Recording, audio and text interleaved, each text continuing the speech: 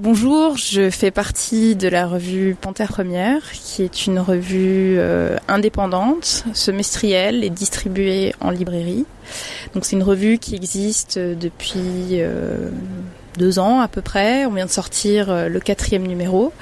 Donc sa particularité, c'est que c'est une revue au point de vue organisationnel qui fonctionne en non-mixité femmes, au plan à la fois éditorial et technique. En revanche, la revue accueille des contributeurs et des contributrices dans ses pages.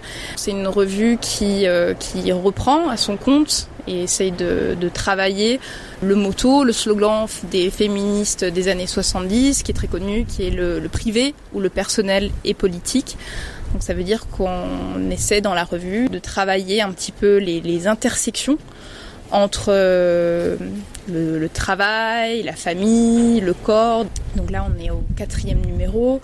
On a fait des numéros avec des dossiers qui parlaient par exemple du rapport à la parole, de la question de l'héritage ou du patrimoine. Le numéro qui vient de sortir, le numéro 4, il a un dossier qui travaille la question de la parenté et en particulier des rapports sociaux qui travaillent à fabriquer des liens notamment dans le cadre de la famille. Il y a un article avec la réalisatrice Amandine Gay qui est en train de produire un film sur l'adoption internationale.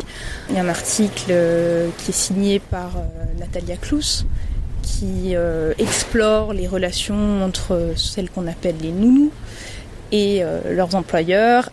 Parmi les autres papiers qu'on a, on a une histoire de la thérapie comportementale, un entretien avec des éduques, donc qui parlent de leur travail en tant que professionnels de la relation.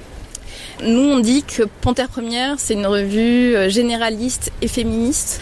Je pense qu'elle est notamment féministe du point de vue de son organisation, parce qu'on a choisi de travailler en non-mixité femmes pour des raisons somme toute assez classiques, constituer un espace un peu safe, sécurisé, au sein duquel, entre femmes, apprendre, se transmettre des savoir-faire, dans la perspective non pas de rester entre nous, mais de pouvoir les investir dans d'autres endroits.